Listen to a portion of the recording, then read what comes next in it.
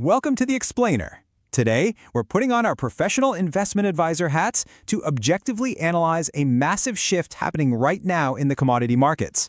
We're talking about the sharp correction in the price of gold.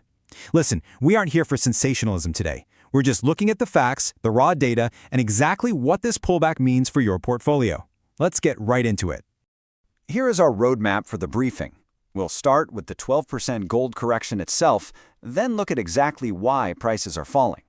After that, we'll dive into the sector impacts and ripples, and finally, wrap up with some actual strategy on navigating the dip. All right, part 1, the 12% gold correction. Okay, the sheer scale of this move is absolutely meaningful. We are looking at a 12% correction. To put that into perspective, according to the MCX, the quoted gold price has dropped to around 1,41,500 rupees per 10 grams. That is a huge, steep step down from its recent one-month high of nearly 1,62,000 rupees. From an advisory standpoint, I really have to stress this. This is not just some minor, daily blip on the radar. It's a proper, structural correction phase following a massive prior rally. But hey, before you rush out the door to buy, we need to clarify a really crucial distinction here. The quoted market price versus the consumer price. See, that 12% market drop doesn't instantly mean you're getting a 12% discount at your local jeweler. Why? Well, because the final retail cost you actually pay at the counter includes GST, making charges, purity differences, and even city-level brand pricing. So while retail prices are definitely going to soften, the actual relief for you, the end consumer, is usually delayed and, honestly, a bit muted compared to that flashing red ticker you see on the news. Moving right along to Section 2. Why are prices falling? To understand this sudden drop, we actually first have to understand the peak. It was heavily inflated by something called the fear premium. Now, what's that? It's basically the extra value baked into an asset's price simply because investors are anxious about geopolitical tensions and uncertainty. It's an anxiety tax. Over the past several months, deep worries about the US-Iran situation pushed investors to hoard gold as a safe haven. But as hopes for a deal have started to emerge and Middle East tensions have noticeably cooled off, well, that fear is evaporating. And when the fear drops, the urgency to hoard gold drops right along with it. Now, this correction isn't happening in a vacuum. It's really a perfect storm of 4 major macro drivers compounding on each other. First, like we just talked about, easing geopolitical tensions are stripping away that fear premium. Second, we're looking at a stronger US dollar. Since gold is globally priced in dollars, a stronger dollar literally makes gold more expensive for buyers using other currencies, and that directly crushes global demand. Third, we have high interest rate expectations. Remember, gold yields absolutely zero interest, so when rates are expected to stay high, the smart money flows right out of gold and into interest-earning assets. And fourth, simple profit booking. The traders who rode that massive rally all the way up, yeah, they're cashing out now. Combine all 4 of these and boom, you get a sharp price pullback. Let's look at Section 3, Sector Impacts and Ripples.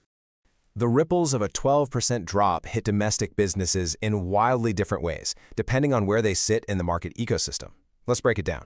For the organized jewelry sector, the immediate impact could actually be a good thing. We're talking about a potential volume recovery. As prices drop, everyday buyers who are totally priced out might finally return. So your key metrics to watch there are footfall and sales volume. On the flip side, though, look at the gold loan NBFCs, the non-banking financial companies. For them, a price drop means increased collateral risk. The actual value of the gold pledged to them for those loans is shrinking fast. So for lenders, we have to closely monitor loan-to-value ratios and auction trends to see how they manage that stress. Now, when we zoom in on specific major players, companies like Titan, Kalyan Jewelers, and Senko Gold, the advisory perspective becomes crystal clear. Do not just blindly watch the gold ticker.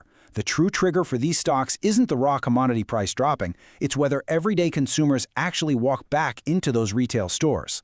There's a fascinating behavioral risk here. Buyers might see the drop and think, maybe I'll delay my purchase even longer, hoping prices fall further. So true volume recovery, that is the ultimate litmus test for these companies right now. And that brings us to a really critical sentiment indicator, gold ETFs. Right now, we are watching an absolute tug-of-war in the markets. On one side, ETF outflows. These are driven by investors terrified of further price drops who are just liquidating their positions. But on the exact opposite side, ETF inflows. Long-term strategic investors who are happily snapping up assets and accumulating on this dip. Which side wins out over the next few weeks is going to be a crucial market signal. It will tell us exactly whether the broader Indian market views this correction as a blaring warning sign to get out or as a rare strategic buying opportunity to build out their allocation. Finally, let's wrap up with Section 4, Strategy, Navigating the Dip. Listen, if there is literally only one thing you take away from this explainer, let it be this. Focus on allocation, not excitement. I know, it is incredibly easy to look at a rapid 12% drop and feel this overwhelming urge to jump in and make a quick opportunistic trade. But remember your fundamental investing principles. Gold is not a cash-flowing stock. It doesn't pay you dividends. Its core purpose in a disciplined portfolio is long-term diversification and protection against systemic uncertainty. You absolutely have to treat it as a structural allocation, not a lottery ticket. So, to help you maintain that exact discipline, here is your checklist of key indicators to monitor moving forward. Step 1. Keep a close eye on safe haven demand and geopolitics, specifically U.S.-Iran talks, which can pivot overnight. Step 2.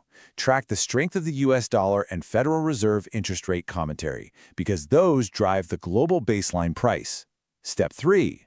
Watch for actual domestic Indian jewelry demand recovery. Are the retail stores actually filling up with buyers again? And finally, Step 4. Analyze the commentary coming out of NBFCs regarding their loan-to-value risks. Tracking these real indicators is going to keep you strictly focused on the data rather than getting swept up in all the market noise. So I want to leave you with a provocative question to really chew on. Are you chasing a dip or are you building a portfolio?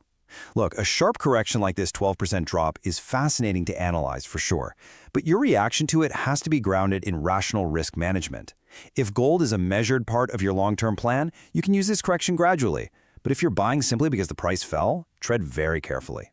Use the insights from today's briefing to inform your strategy, objectively assess your allocations, and above all, stay disciplined.